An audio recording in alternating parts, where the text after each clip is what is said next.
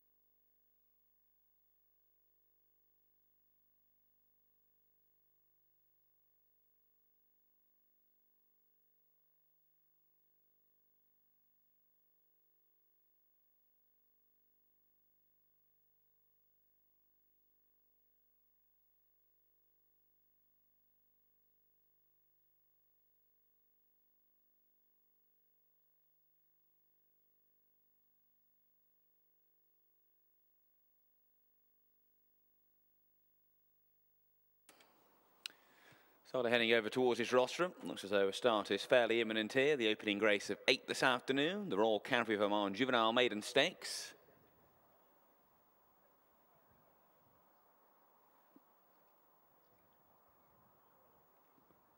5 of this 7-strong field making their racecourse debuts. They all seem to be behaving themselves fairly well down at the start, and they are now being asked to walk forward. And they're off, 6 furlongs in front of them, and just having to get a reminder to leave the starting area in front is Ashraf. Does lead through the early stages, but Phil Collington was keen on getting the lead, and he's done so as they go to the far end of the back straight, clear by about 3 lengths. So for stable companion Mazzaglia, who disputes second, racing on the inside of Tama. They're followed by Geldi Caro towards the inside. The market leader Radwar on the inside of Al Galeb towards the back, but they're very tightly grouped, the main group. There's a break of 4 lengths back to Aurora Forta at the tail of the field, and Ashraf continuing to have to be driven along and losing places quite quickly on the inside. So they're on the turn back towards the home straight, approaching halfway. Geldi Caro in the white sleeves and cap has the lead. Leads up narrowly from in second position Mazzaglia, just runs a bit green around that bend. Tama and Al Galeb are coming towards the near side. Radwar towards the inside, a shake of the reins from Steve Harrison to try and close as they find out right across the track. Tama hanging over towards the stand side running rail. Just over a furlong left to go. Geldi Caro in the centre. Radwar on the far side is inching a little bit closer. Still about a half length to find though. Coming inside the final furlong. Radwar on the far side. Geldi Caro on the near side. Battling on pretty gamely. Maybe just still be in front. Into the final half furlong. Geldi Caro on the near side, Radwar on the far side. Geldi Caro's doing enough out in front, and Geldi Caro makes a winning racecourse debut to win by a length. Radwar, the odds-on favourite, turned over into second. Back in third was Mazzaglia. Ashraf running on late in the closing stages. Tama was next. They were followed over the line by Al Galab, and finally Aurora Forta.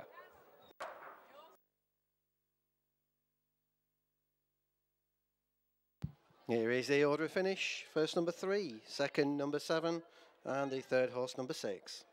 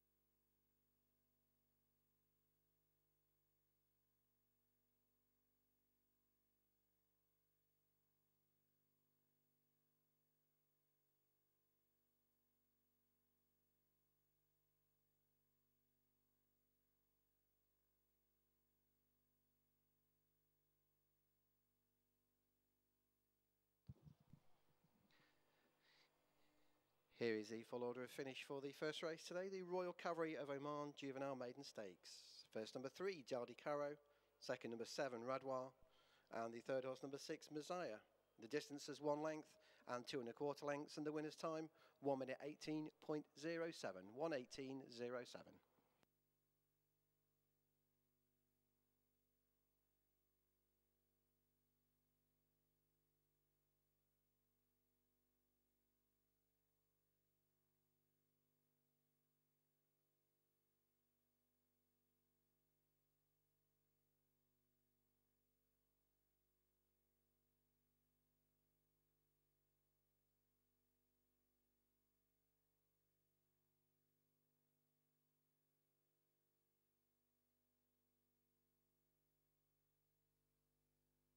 They're very tightly grouped, the main group. There's a break of 4 lengths back to Aurora Forte at the tail of the field, and Ashraf continuing to have to be driven along and losing places quite quickly on the inside. So they're on the turn back towards the home straight, approaching halfway. Jaldi Caro in the white sleeves and cap has the lead. Leads up narrowly from in second position Mazar. You just runs a bit green around that bend. Tama and Al Galeb are coming towards the near side. Radwar towards the inside. A shake of the reins from Steve Harrison to try and close as they find out right across the track. Tama hanging over towards the stand side running rail. Just over a furlong left to go. Jaldi Caro in the centre. Radwar on the far side is inching a little bit closer. Still about a half length to find though. Coming inside the final furlong. Radwar on the far side. Jaldi Caro on the near side. Battling on pretty gamely. Maybe just still be in front into the final half furlong. Jaldi Caro on the near side, Radwar on the far side. Jaldi Caro's doing enough out in front, and Jaldi Caro makes a winning race course debut to win by a length. Radwar, the odds-on favourite, turned over into second. Back in third was Mazaya. Ashraf running on late in the closing stages. Tama was next. They were followed over the line by Al Galab, and finally Aurora Forte.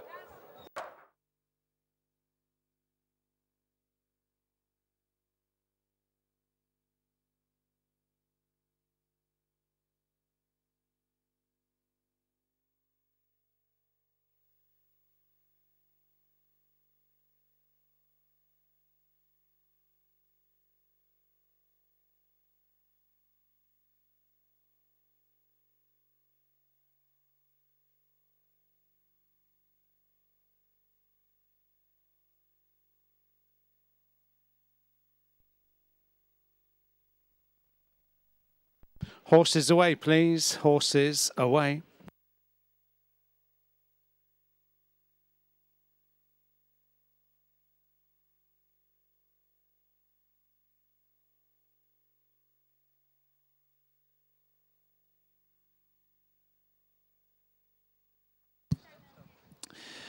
So horse number 3, Jaldi Caro, makes a winning racecourse debut to take our opening race of the afternoon. They're all Country of Oman Juvenile Maiden Stakes. And winning for the breeder, John Elliott, who also owns the horse as well. Thanks go to the Royal Cavalry of Oman for their kind and generous support of that race. And I'm pleased to welcome a director from the Royal Cavalry of Oman, Mr. Martin Bishop, to make the winning presentation now to the winning owner and indeed breeder of Jaldi Caro. It's congratulations to Mr. John Elliott. Well done.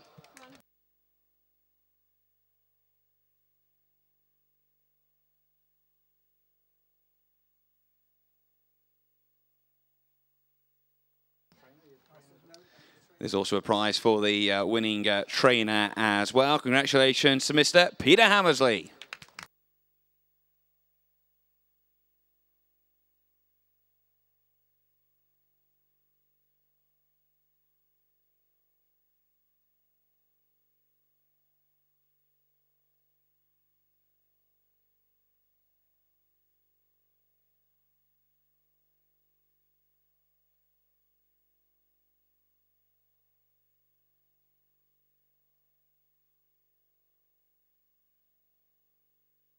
The result is now official. They have weighed in, weighed in.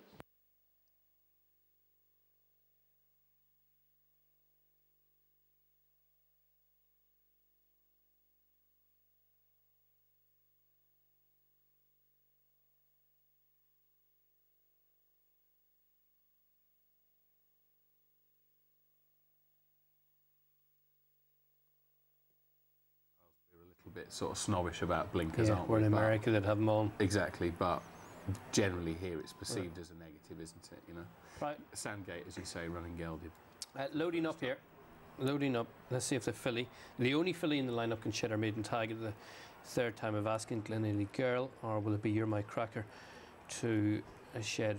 Sorry, her maiden tag at the fourth time of asking. The fillies. Two females, aren't they? And yeah. they dominate the market. They certainly do, and the last couple going forward. Let's get up to the comedy box and say a very good afternoon to our friend Malcolm Tomlinson. Good afternoon, Niall. Good afternoon, everybody. Just waiting for a couple more to come forward into the starting stalls. Glenailey Girl, one of them, and You're My Cracker is the other one. Glenailey Girl heading up into stall number 8. Just waiting for You're My Cracker to complete the lineup under Graham Lee, coming forward into stall number 4. The rest of them are in and standing up pretty well. We've just had a quick shower up here at Carlisle, but fortunately that's eased away, and the sun's coming out once again. so hopefully set fair for most of the afternoon. There's a bit of rain forecast later. She's half in, or he's half in, half out at the minute. You're My Cracker. That's it. Goes forward. They're ready. They're off.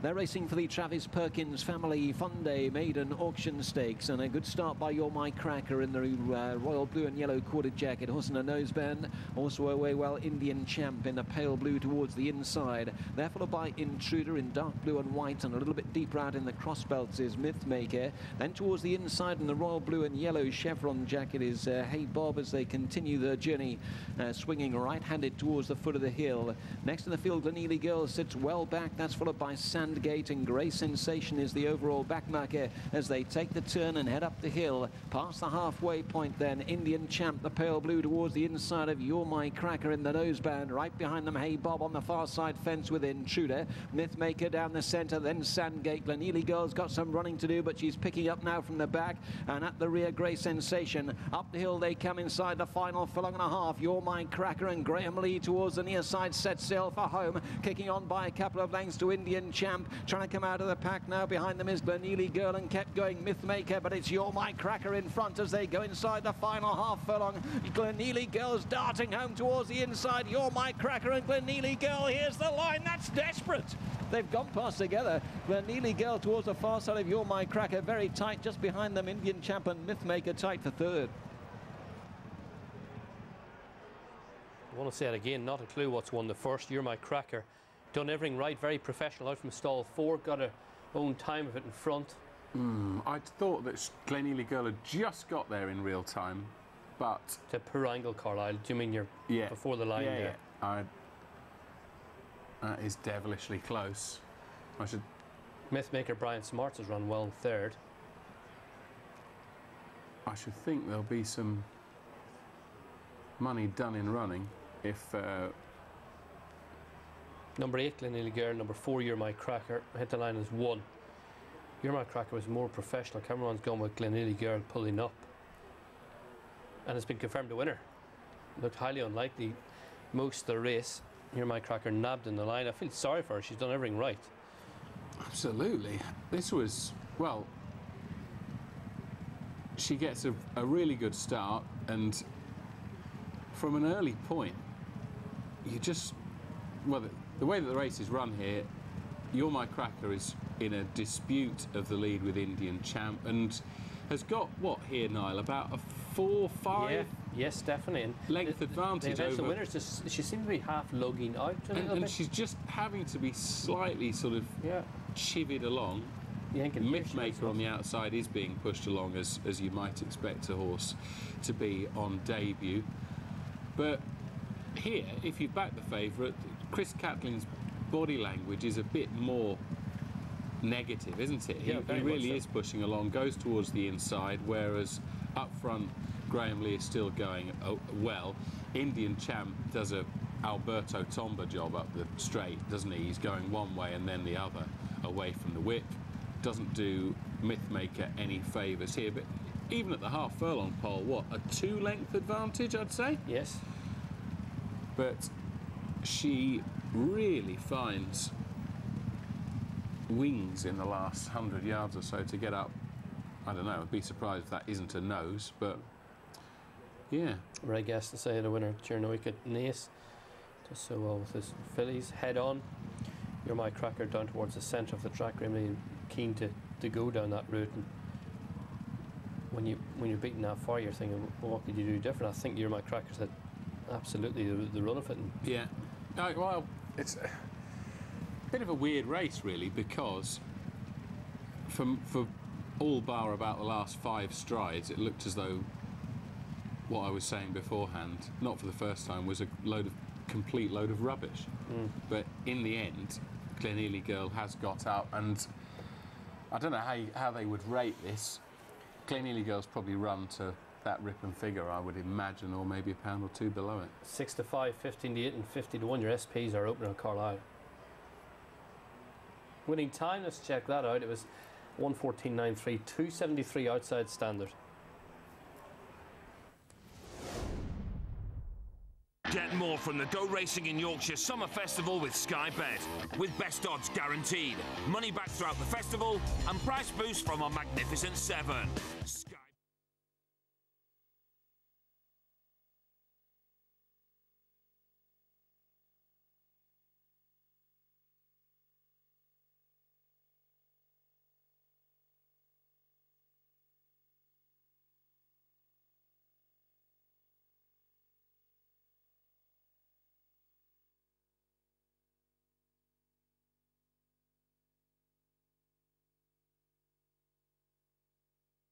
Never Easy heading the market. Paul Hannigan, the man of the moment, taking the mount on this Never Easy. Then, Mark Howard, your thoughts on this opening race? Yeah, it's been a very good race for Richard Farr during the last few years. Won the race last year, won it in 2006 as well.